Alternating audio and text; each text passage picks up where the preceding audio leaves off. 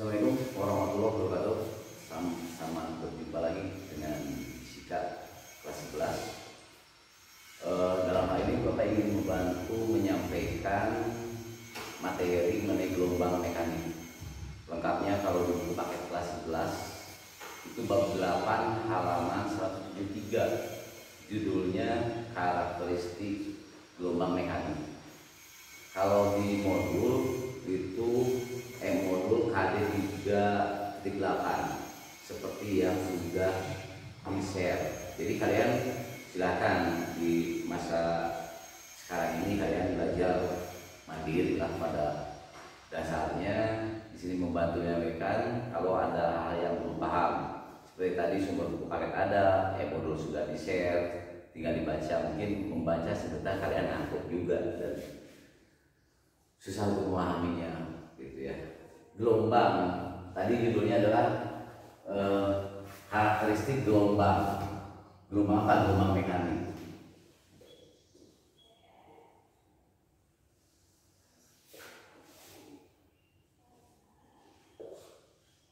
Gelombang mekanik berangkat dari judul gelombang. Apa itu gelombang?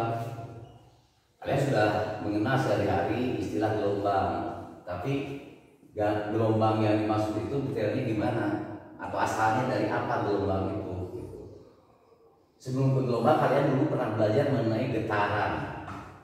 Sering disebut juga getaran harmonik. Getaran, itu apa getaran? Getaran adalah gerak bolak-balik di sekitar titik keseimbangan. Nah, itu secara kalimat disampaikan bahwa getaran itu adalah gerak bolak-balik di sekitar titik keseimbangan. Misalnya bandul jam dinding, gerakannya itu kan bolak-balik. Sebelum misalnya awalnya dari mana dalam keadaan seimbang pada saat dia itu vertikal, kemudian menyimpang ke kiri, ke kanan, itu gerakannya bolak-balik gitu. Itu namanya yang dimaksud dengan getaran. Jadi getaran adalah gerak bolak-balik. Kemudian misalnya kalian melemparkan batu ke permukaan kolam, maka kalian mengatakan permukaan kolam itu muncul gelombang air. Kemudian gelombang pada tali di misalnya dibentangkan, tali ini misalnya cukup lentur, kita ikat di sebelah sini, ujung satu misalnya kita beri nama titik O, ujung ini misalnya titik P, ujung lain panjang tali adalah L. Maka kalau ingin muncul gelombang pada tali, bagaimana caranya supaya tali itu muncul pada tali itu muncul gelombang? Maka istilahnya harus menggetarkan ujung tali di O.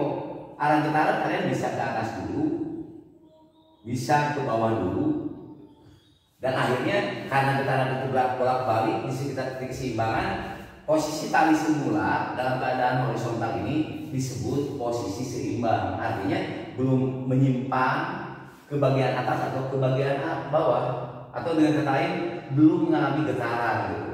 Ketika ujung tali ini digetarkan, misalnya ke atas, ke bawah, ke atas, ke bawah, nah itu kita menggetarkan, namanya menggetarkan tali, sama saja dengan menggerakkan bolak-balik di sekitar posisi seimbang tali tersebut. Maka bagaimana tali ini ketika ujung yang kita beri nama titik O itu digetarkan ke atas ke bawah? Tentu di sini bagian partikel tali yang lainnya akan bergelombang. Maka kalau ini digetarkan ke atas dan ke bawah, tali ini akan bergelombang. Maka kalau digambarkan misalnya kita sesuai dengan sumbu matematik, biasanya yang vertikal itu adalah sumbu Y, yang horizontal itu adalah sumbu apa? Sumbu X. Maka tali yang dalam keadaan seimbang itu berada di posisi sumbu X, ketika ujung tali di O itu digerakkan ke atas ke bawah terus, maka di sini akan muncullah apa? Muncul gelombang tali. Maka gelombang tali ini berdasarkan daripada getaran. Nah, misalnya posisi tali tadi yang dalam keadaan seimbang, saya hapus menjadi garis putus-putus, ini menunjukkan posisi seimbang daripada tali itu. Maka dengan kata lain, kalian bisa mengatakan bahwa ini muncul apa? Gelombang tali.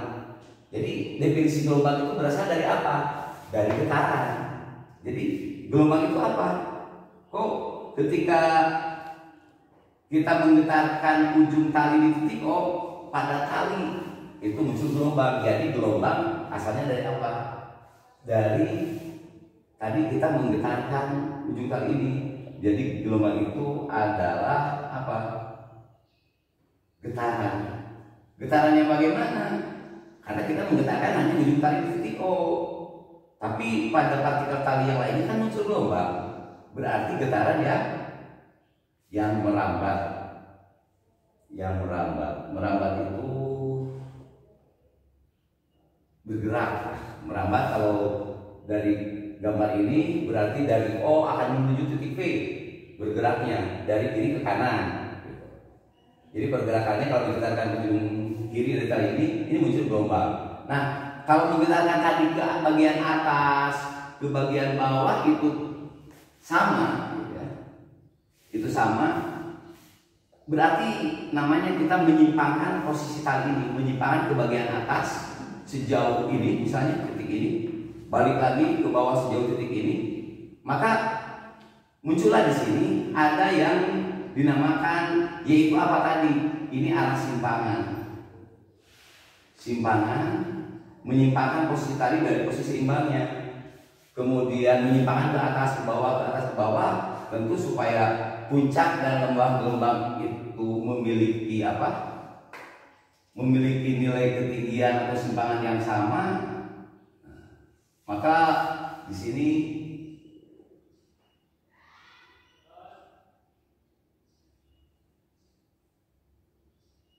muncul istilah ada yang disebut dengan simpangan terbesar. Simpangan terbesar ke atas itu Y biasanya sumbu positif, ke bawah itu sumbu Y negatif, maka di sini biasanya min A gitu. Min A itu hanya menunjukkan ke arah bawah karena negatif. Maka muncul A di sini itu adalah apa? A itu adalah sama dengan amplitudo. Amplitudo itu nama lain daripada simpangan maksimum atau simpangan terbesar.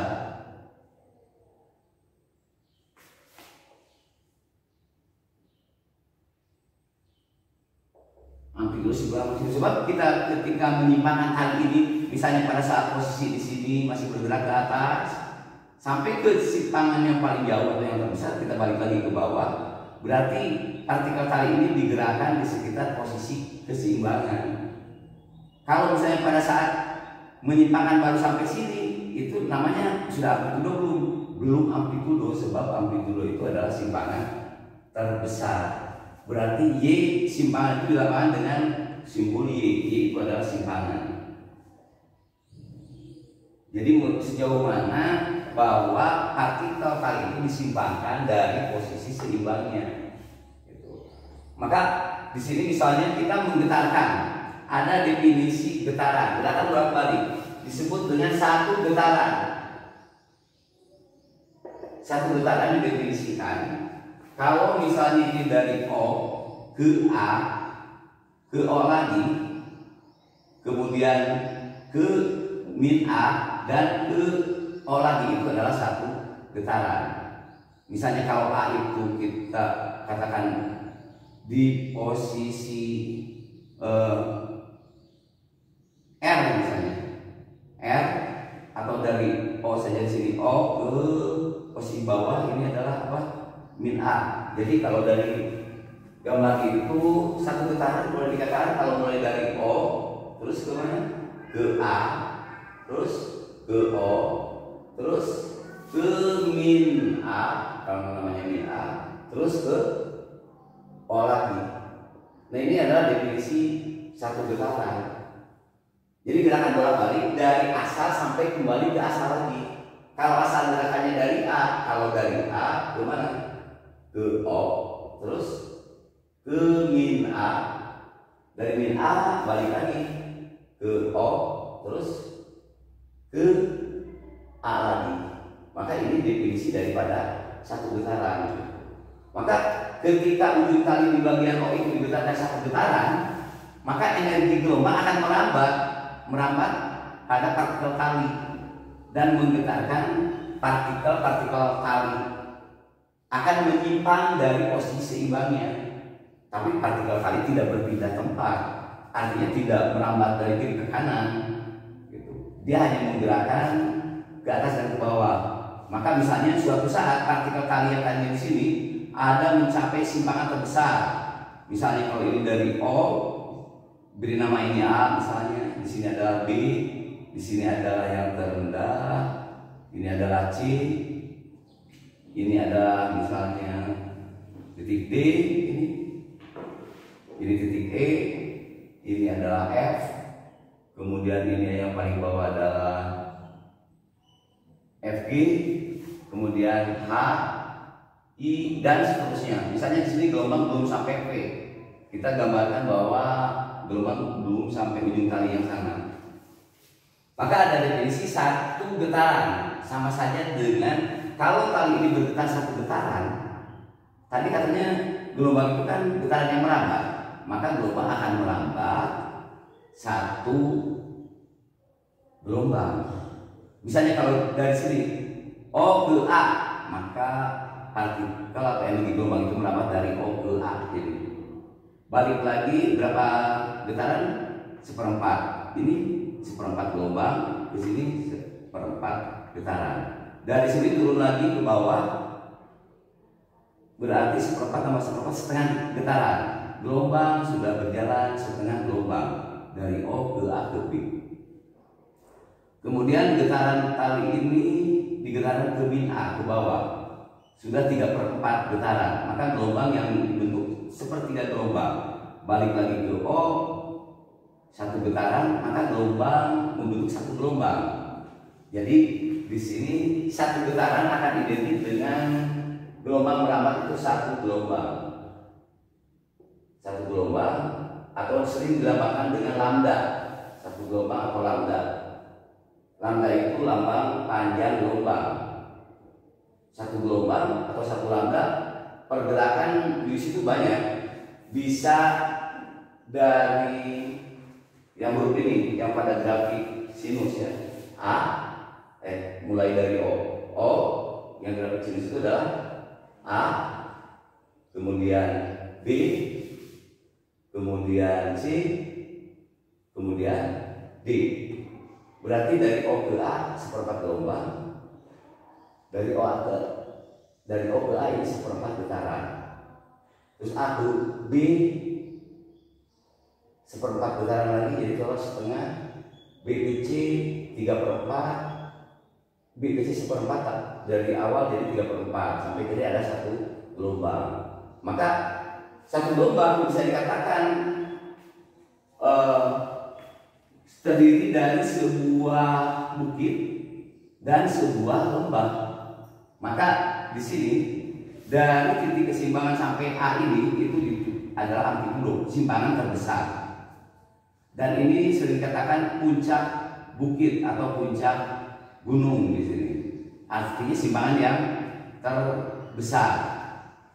Dari titik keseimbangan sampai ke titik A atau amplitudo itu sama saja dengan menyimpang dari garis keseimbangan sampai ke titik C. Cuman bedanya ini ke bagian atas, ini ke bagian bawah. Maka di sini dikatakan puncak gelombang, ini adalah dasar gelombang. Kalau lintasan OAB itu kita sebut sebuah bukit, maka lintasan BCD itu sebuah lembah. Berarti satu gelombang itu boleh dikatakan terdiri dari sebuah bukit dan sebuah lembah. Maka kalau mulainya dari A, satu gelombang itu kalau dari A ke mana? Misalnya kalau dari O tadi, O ke D, ini namanya satu lambda. Ini satu lambda atau satu gelombang. tadi. Kalau mulainya dari A sampai ke E, ini juga satu lambda atau satu gelombang. Sebab kalau tadi definisinya satu gelombang itu terdiri dari sebuah bukit dan sebuah lembah. Kalau mulai dari A ini, dari puncak bukit ini sampai ke B kan ini setengah bukit ditambah satu lembah ditambah lagi dari D ke E setengah bukit, maka setengah bukit dengan setengah bukit kan jadi satu bukit. Tetap aja terdiri dari jarak pisah antara titik A sampai E itu satu lambda juga, satu lambda. Jadi banyak definisi satu lambda atau satu gelombang. Bisa dari O ke D, bisa dari A ke E. Kalau mulainya dari B, satu lambda. B, C, D itu satu lembah. Ditambah D, E, F satu bukit. Berarti kalau mulainya dari B berakhir di F itu satu lambda. Jadi banyak sekali satu lambda atau satu gelombang. Banyak sekali definisinya. Bisa kalau dari A itu sampai dengan apa titik E, bisa satu lambda itu kalau dari D sampai, kalau dari D sampai dengan titik H itu satu lambda, dan seterusnya. Banyak sekali definisi daripada satu gelombang. Nah, getaran dan gelombang itu ada kesetaraan. Satu getaran akan menghasilkan satu gelombang. Maka ada yang dimaksud dengan waktu periode. Waktu periode itu adalah waktu yang dibutuhkan untuk melakukan satu gelombang. Misalnya lintasan yang diperlukan oleh gelombang dari O sampai ke D itu berapa detik, maka itu disebut waktu periode. Dilambangkan waktu periode itu periode dengan huruf T besar. Periode T besar itu memiliki rumus adalah T per N. Nah itu periode. T besar adalah periode, T kecil lamanya waktu getaran, dan N adalah banyaknya gelombang.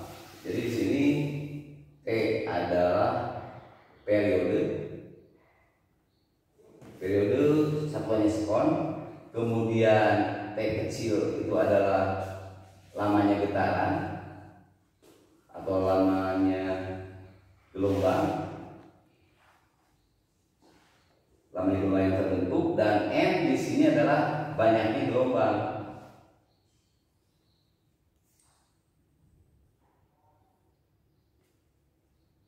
Maka memiliki rumus secara matematik. Waktu periode T besar memiliki rumus sama dengan T kecil per N. Satuannya apa? Satuannya nanti T itu adalah sekon. Jadi menyatakan berapa lama waktu yang diperlukan untuk satu gelombang.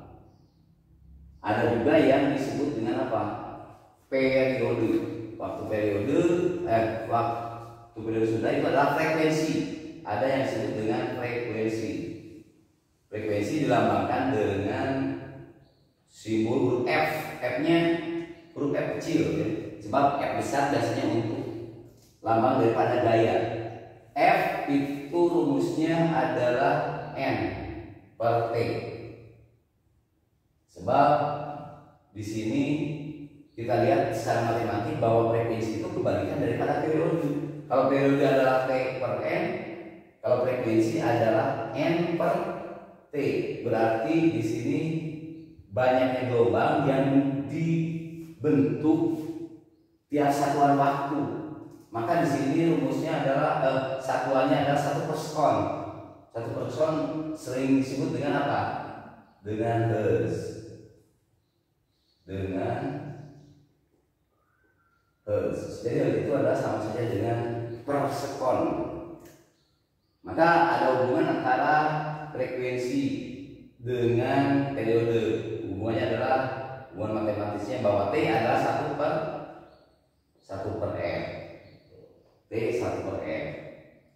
Kemudian ada juga yang namanya kecepatan gelombang. Kalau tadi gelombang itu adalah getaran yang merambat, dia merambat atau menjalan, gitu ya. Berarti memiliki perpindahan. Perpindahan tiap satuan waktu itu adalah namanya kecepatan. Jadi ada yang disebut dengan kecepatan gelombang. Kecepatan gelombang itu memiliki rumus adalah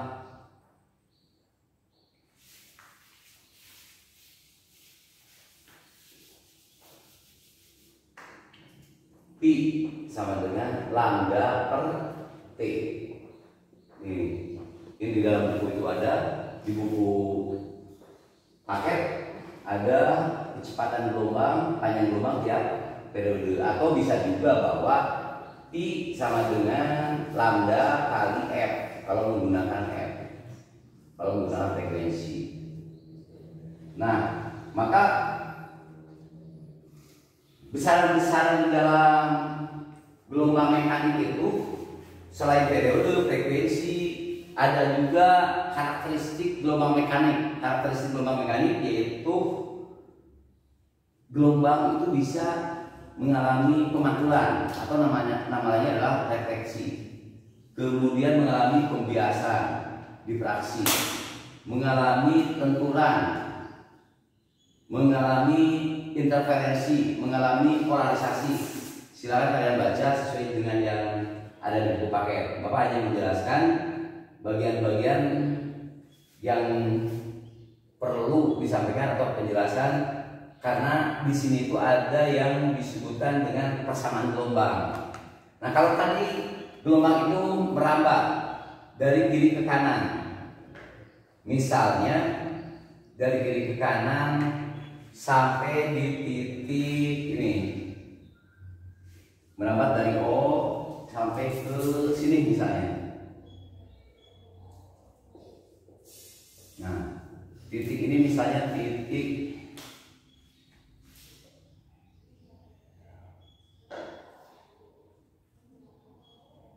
Q misalnya, titik Q. Titik Q itu adalah pengamatan ketika gelombang itu merambat dari O ke A ke B ke C ke E H lewat H tapi belum sampai I, namanya misalnya titik Q. Kita lihat jarak titik Q ini misalnya kita sebut apa? Kita sebut X. Kita sebut X. Jarak titik Q adalah kita sebut X. Berarti menurut kalian gelombang itu merambat dari O ke kanan terus sampai ke titik Q. Maka sumber getarannya siapa? Sumber getarannya adalah titik O. Maka kalau titik O dalam kurung di sini sebagai apa? Sumber gelombang. Sumber gelombang. Titik O sumber gelombang. Titik Q adalah titik yang jaraknya X dari O, di mana di sebelah kanan. Jika waktu getaran titik O TO misalnya sama dengan T, jika T titik O sama dengan T, maka berapa waktu getaran untuk titik P? Berapa TP? Pertanyaannya itu. Menurut kalian, lamanya waktu getar yang dilakukan oleh bukan P di sini namanya tadi titik Q. Lamanya waktu getaran yang dilakukan O dengan Q tentu besar siapa atau lama siapa bergetarnya? Lama titik O, karena O sebagai sumber getar. Nah, kalau pendekatannya menggunakan rumus sinus, kalian tahu grafik ini adalah grafik apa? Grafik sinus, grafik sinusoidal atau grafik sin. Sering dikatakan di dalam apa? Di dalam matematika, grafik ini secara umum itu adalah di matematik Y sama dengan sin X gitu. Kalau di matematik Y itu adalah merupakan simpangan. Kemudian di sini ada amplitudo. Amplitudonya berapa? Kalau tidak ditulis berarti ini nilainya 1. Tapi di sini kan nilai A-nya itu belum tentu 1, maka harus dimasukkan. Berarti Y sama dengan A sin X. Tadi X itu mengalami perubahan karena satu getaran. Satu getaran itu identik dengan satu putaran. Satu getaran identik dengan satu gelombang. Maka dalam satu gelombang itu, kalau ini dinyatakan dengan sudut, berarti X itu sebagai sudut. Ya. Maka di sini akan memiliki persamaan Y sama dengan A sin X. Sebab di dalam matematik ada rumus Y sama dengan sin X, Y sama dengan cos X, tergantung dari mana mulainya gitu. Maka di sini theta berhubungan dengan sudut. Sudut dalam radian itu satu putaran, kalau dalam derajat kan 360. Maka ini bisa theta itu dalam radian. Kemudian bahwa bisa berubah Y sama dengan A sin theta. Theta itu sudut, bisa berubah menjadi omega kali T. Nah, maka ini kalian harus ingat lagi ke rumus bahwa yang namanya omega itu adalah perubahan sudut tiap satuan waktu. Konsep dasarnya bahwa omega kecepatan sudut itu adalah besarnya sudut tiap satuan waktu. Maka kalau mencari theta adalah omega kali T. Theta sama dengan omega kali T. Maka di sini berubah, theta bisa menjadi omega T. Kemudian kecepatan sudut. Satu putaran sudutnya kalau dalam derajat itu berapa derajat? 360. Kalau dalam radian satu putaran atau satu periode itu dalam 2 pi. Maka di sini theta bisa berubah 2 pi per T. Kecepatan sudut adalah berapa satu putaran itu dibagi waktu periode. Jadi di sini omega berubah menjadi 2 pi per T. T kecil adalah tadi waktu lamanya getaran. Maka bisa juga berubah di sini menjadi nanti adalah ada hubungan theta omega kali T. Kenapa ini muncul? Nah, maka kalau di sini getaran untuk siapa? Untuk O. Kalau untuk O, YO, A sin omega T. Kalau titik O sebagai sumber gelombang, TO yaitu adalah T, maka di sini sudah T untuk titik O. Bagaimana untuk persamaan gelombang Y di titik I, di mana titik I adalah titik yang jaraknya X dari titik O. Maka ini harus sama dengan A sin ini adalah tadi T untuk O, omega T untuk P, untuk apa? Untuk I, T kali I. Nah, tinggal melihat hubungan. Jika untuk menyatakan persamaan gelombang di suatu titik yang jaraknya X secara umum, berarti lihat dulu hubungan antara T di sumber, waktu getaran sumber, dengan waktu getaran di suatu titik, misalnya di titik I ini gitu. Maka hubungannya di situ kalau di dalam paket namanya ini titik P gitu ya. Kalau dikembalikan ke titik P, maka ini supaya kalian nggak bingung di buku paket ini TP, ini kembalikan saya ke huruf P besar, terus ini ke Y apa? YP, persamaan simpangan di suatu titik P. Maka tadi dikatakan jika TO adalah T, maka TP bagaimana? Maka lamanya waktu getaran untuk O sebagai sumber pasti lebih lama daripada titik P. Misalnya gini, gelombang itu merambat dari O ke P, membutuhkan waktu 2 detik, katakanlah 2 detik. Kalau titik O sudah bergetar 3 detik, titik P bergetar berapa detik? 1 detik, karena yang 2 detiknya dipakai berjalan atau bergerak dari O ke P, karena membutuhkan waktu tadi 2 detik. Kalau ini sudah bergetar 5 detik, titik P bergetarnya sudah berapa detik? 3 detik. Kenapa? 2 detiknya digunakan tadi untuk gelombang itu merambat dari O ke P. Maka secara matematik ditulis bahwa TP akan sama dengan T apa? TIO akan sama dengan TIO dikurangi X per P. Nah, muncul X per P.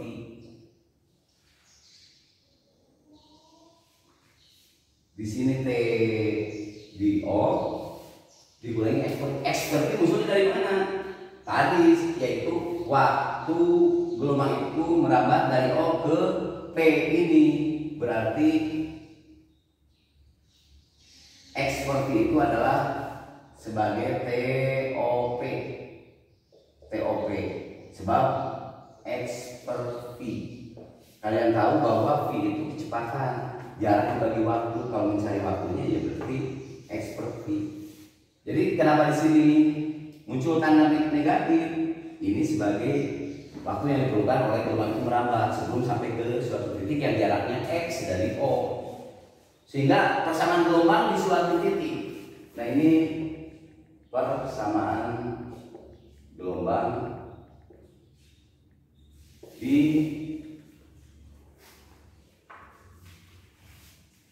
suatu titik yang jaraknya X, yang jaraknya X dari apa? Dari sumber gelombang. Jadi titik P ini secara umum, titik P ini adalah suatu titik yang jaraknya X dari sumber gelombang. Maka bagaimana persamaan gelombang di titik P yang jaraknya X itu? Tadi di sini Y atau persamaan simpangan di titik P tergantung pada amplitudo atau simpangan terbesar kalikan sin omega kali T. Tadi ini adalah TP diganti titiknya titik P biar sama dengan yang dipakai. Maka bagaimana YP akan sama dengan A tetap sin omega dikali TP. TP itu adalah waktu getar titik P yang asalnya tergantung waktu getar titik O. Tadi TP adalah TO min X. Kalau TO nya sama dengan T gitu. Jadi ini TP berubah menjadi TO min X per T. Maka kalau dirubah dilanjutkan sin dari omega kali jika TO sumber getar sudah bergerak selama waktu T, maka di sini tinggal ganti T min X per P. Nah, ini bisa dilanjutkan A sin omega kali T dibuka kurungnya dikurangi omega kali X per T bisa bukan kurung. Maka ini tadi asalnya dari sin suatu sudut. Jadi semua besaran yang di depan sin setelah sin, semua besaran setelah sin itu adalah besaran sudut. Secara simpel didapatkan dengan theta. Tapi berkembang di sini bisa sudut itu dalam bentuk persamaan matematik adalah omega T min omega kali X. Bisa berubah juga A sin omega itu. Nah, di sini ada omega berubah menjadi apa? Menjadi 2pi per T. Omega menjadi 2pi per T. Atau di sini omeganya dirubah dari apa saja? Ini omeganya dirubah dari 2pi 2pi per periode dikalikan T dikalikan X per V. Maka bisa seperti ini. Kalau 2pi-nya tetap di luar kurung menjadi 2pi, di dalam kurungnya berapa? T kecil per T besar dikurangi X per T besar dikali V. Maka kalau saya pindahkan ke sini, Y P sama dengan jangan lagi ya, YT sudah A sin 2pi. Nah, di sini ada besaran tadi bahwa lambda itu atau kecepatan lambat tadi sudah tulis kecepatan lambat pi sama dengan lambda per T. Maka kalau dari persamaan ini, bagaimana persamaan lambda atau panjang gelombang? Panjang gelombang sama dengan T dikali V dikali V kecepatan lambat. Maka besaran T kali V di sini berubah menjadi apa? Bisa senilai dengan lambda. Maka di sini berubah menjadi T kecil per T besar min X per lambda. Nah ini penamaannya di sini ada simpangan di suatu titik, misalnya titik P. Saya ulangi, titik P adalah titik yang jaraknya X dari sumber getar. Dari suatu gelombang yang simpangan terbesarnya adalah A. Grafiknya berupa grafik sinus, di mana sudut theta. Nah, sudut theta yang theta ini berubah menjadi 2pi kalikan T kecil per T besar min X per lambda. Ini semua kalau saya lihat ini semua namanya apa? Perubahan dari theta ini yang disebut dengan apa? Sudut. Sudut apa? Sudut fase. Nah, muncul sudut fase. Kalau ini semua. Tapi ada juga yang di dalam kurungnya. Kalau ini semua adalah sudut fase, yang di dalam kurungnya itu adalah T per T besar dikurangi X per lambda, itu disebut dengan fase gitu. Jadi ada sudut fase, semua besaran yang depan sinus. Ada yang disebut fase adalah hanya yang dalam kurung atau tidak mengikutsertakan 2pi. Sebab di sini lihat sudut, ini kan sudut dalam radian ditulis dalam bentuk 2pi. Kalau dalam derajat berapa sudut ini? 360 derajat. Ini fase, maka totalnya menjadi sudut fase. Fase itu apa? P kecil waktu, P besar juga waktu, cuma waktu periode. Di sini X jarak satuannya apa? Meter. Panjang gelombang satuannya meter. Jadi yang namanya fase itu tidak memiliki satuan. Fase berhubungan dengan apa? Fase itu berhubungan dengan keadaan gelombang. Keadaan yang berhubungan dengan apa? Atau berkenaan dengan apa? Keadaan yang bagaimana yang fase? Yang berhubungan dengan keadaan simpangan dan arah getar. Maka kalau nanti ada titik-titik yang keadaannya sama, misalnya titik P, saya tambahkan di sini titik apa? Titik P, titik Q misalnya, Q besar. Nah, keadaan titik ini itu akan sama keadaannya. Atau nama lainnya sefase. Sebab apa? Ini simpangannya, ketinggiannya dari garis kesimpangan sama, arah geraknya muka atas. Titik P juga sama, simpangannya ketinggiannya sama dengan ini, arah geraknya muka atas. Jadi keadaannya dikatakan sama atau sefase. Terpisah berapa gelombang dia atau berapa lambda? Tadi satu lambda terdiri daripada sebuah bukit dan sebuah lembah. Ini terbentuk sebuah lembah. Kalau bukitnya ini kurang, nah kurang dari sini ke sini. Maka kalau digeser ini ke sini, maka menjadi satu bukit. Pergerakan dari titik I sampai ke P itu satu lambda. Satu lambda. Maka dikatakan memiliki fase yang sama. Nanti ada rumus juga, titik-titik yang fasenya sama akan terpisah oleh jarak satu lambda atau satu gelombang, dua gelombang, tiga gelombang, dan seterusnya. Maka itu dulu untuk sementara mengenai fase gelombang. Ya. Tapi di sini harus diingat bahwa tadi kenapa di sini muncul tanda min memiliki arti fisis bahwa kalau di sini min itu gelombang merambatnya dari kiri ke kanan. Jadi secara umum persamaan gelombang di suatu titik yang jaraknya x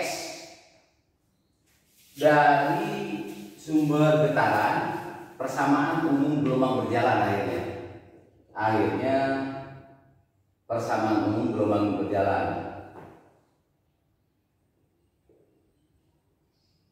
Persamaan umum gelombang berjalan yaitu y plus minus a sin. Yang ini tadi bisa mulai dari sini misalnya, atau yang akhir itu plus minus sin. Kalau 2 pi nya dimasukkan menjadi 2 pi t kecil per t besar. Di sini bisa plus bisa min 2 pi x 2 pi x per lambda. Dan di sini plus minus menerangkan kalau plus arah getar pertama kali adalah kemana? Ke atas. Kalau A-nya min, arah getar pertama kali ke bawah. Kalau di plus minus yang di sini, kalau di sini min seperti yang ini, arah lambatnya ke kanan. Kalau plus berarti kebalikannya, arah lambat ke kiri. Mungkin sekian dulu untuk hari ini mengenai persamaan umum gelombang berjalan. Kurang dan lebihnya kalian tetap baca buku paket, kemudian modul yang sudah di-share. Kalau ada pertanyaan bisa jawab lewat WA juga boleh. Wabillahi taufiq wal hidayah. Assalamualaikum warahmatullahi wabarakatuh.